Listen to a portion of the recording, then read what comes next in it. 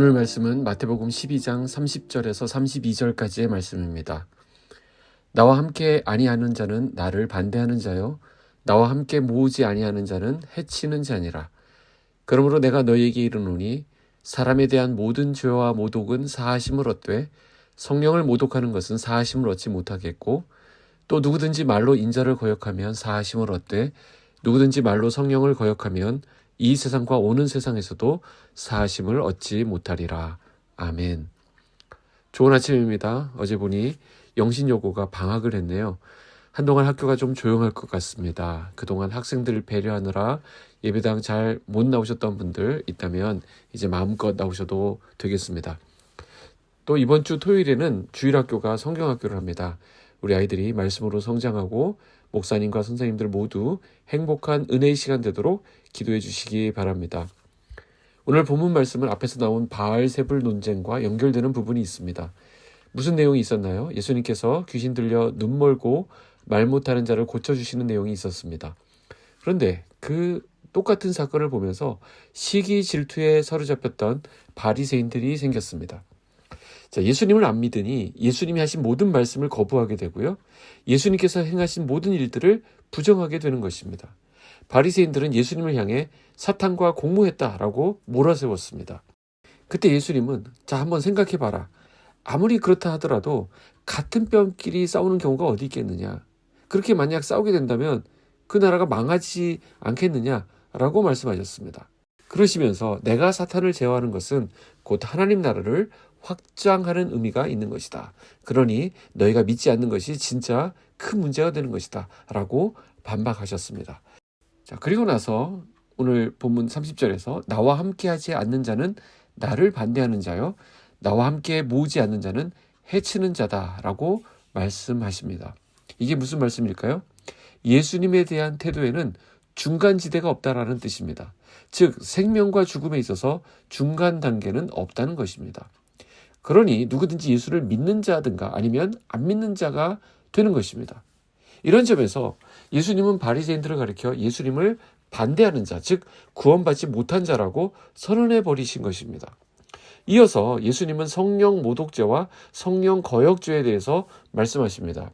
31절 32절인데요. 이 말씀은 많은 사람들에게 오해되어서 때로는 두려움이 되기도 하고 때로는 악용이 되기도 해왔습니다.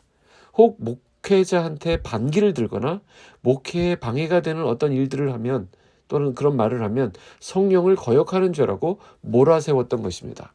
그런데 이 말씀은 절대로 그렇게 풀면 안 됩니다. 성령을 모독하고 성령을 거역한 죄는 영원히 용서받지 못한다고 하는데 이렇게 된다면 여기에 해당되지 않을 사람이 거의 없기 때문입니다. 여기에 대한 정확한 답은 예수님이 귀신 들렸다라고 모독했던 바리새인들의 말에서 찾아볼 수 있습니다. 우리가 이미 앞에서도 살펴본 부분이죠. 예수님의 이 말씀은 어떤 배경에서 나온 말씀입니까? 그들은 예수님이 능력으로 귀신을 쫓아내는 것을 직접 보고도 그건 귀신 들린 것이다 라고 뒤집어 씌웠습니다. 성령의 능력을 악령의 일로 모독한 것입니다. 바로 여기서 성령을 모독하고 거역했다라고 하는 것은 근본적으로 바리새인들이 예수 믿기를 거부했다라는 것과 관련이 있습니다.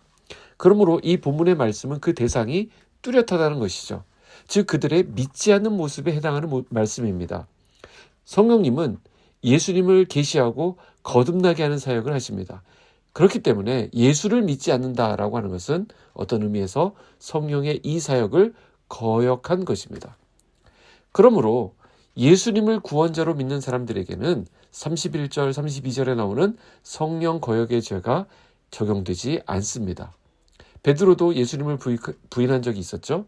바울도 교회를 파괴하던 사람이었던 것을 우리가 기억합니다. 자, 그런데 그들이 어떻게 되었습니까? 나중에 주님 앞에 귀하게 쓰임받는 사람으로 바뀌지 않습니까? 이거 뭘 얘기합니까? 예수 안에서 용서받지 못할 죄는 없다라는 것입니다. 예수님의 십자가 보혈은 믿는 자를 영원히 온전케 하시는 능력이 됩니다. 자, 그렇다고 해서 성령님을 거역하고 모독하는 것을 가볍게 생각해서는 안 됩니다. 예수님이 말씀하시는 성령을 모독하는 죄, 즉 사하심을 받지 못하는 죄는 다름 아닌 예수와 함께하지 않은 것, 그리고 예수님을 반대하는 것을 말합니다. 예수를 믿지 않는 죄가 가장 큰 죄입니다. 우리가 보통 전도할 때 당신은 하나님 앞에서 죄인입니다 라고 하면 다들 기분 나빠하죠. 그리고는 자기는 그렇게 법에 저촉되는 죄를 지은 적이 없다라고 말합니다. 그러나 오늘 본문에 의하면 하나님을 알지 못하고 예수를 믿지 않는 것, 그것이 곧 성령을 거역하는 죄가 되는 것입니다. 반대로 이렇게 생각해 볼 수 있습니다. 우리가 예수님을 믿게 된 것, 그리고 하나님의 자녀로서 살아가게 된 것은 전부 성령님께서 하신 일입니다.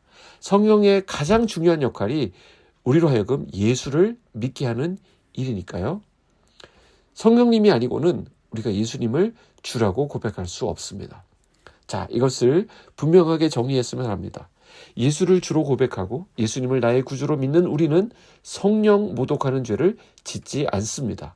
이 부분에 대해서 담대하시기 바랍니다. 물론 때로 우리의 연약함과 넘어짐으로 성령님을 근심하게 할 때가 있을 수 있습니다. 그러나 그때에도 우리를 붙드시는 하나님의 은혜로 우리는 다시 일어설 것입니다. 하나님의 부르심에는 후회하심이 없습니다. 오늘 본문의 이 말씀은 예수님께서 끝까지 예수를 믿지 않고 대적하는 바리새인들을 향해 하셨던 말씀입니다. 오히려 이 말씀 안에서 우리는 소망을 갖습니다. 주님을 믿는 우리는 얼마나 복된 자들입니까? 결국은 우리를 영원한 생명으로 인도하실 주님을 신뢰하는 그런 은혜가 있기를 축복합니다. 주 안에서 시작된 믿음의 역사는 지금은 비록 지지부진해 보이고 형편없어 보여도 결국은 그리스도 예수의 날까지 멋지게 이루어 주실 것입니다. 기도하겠습니다. 사랑의 하나님, 감사합니다.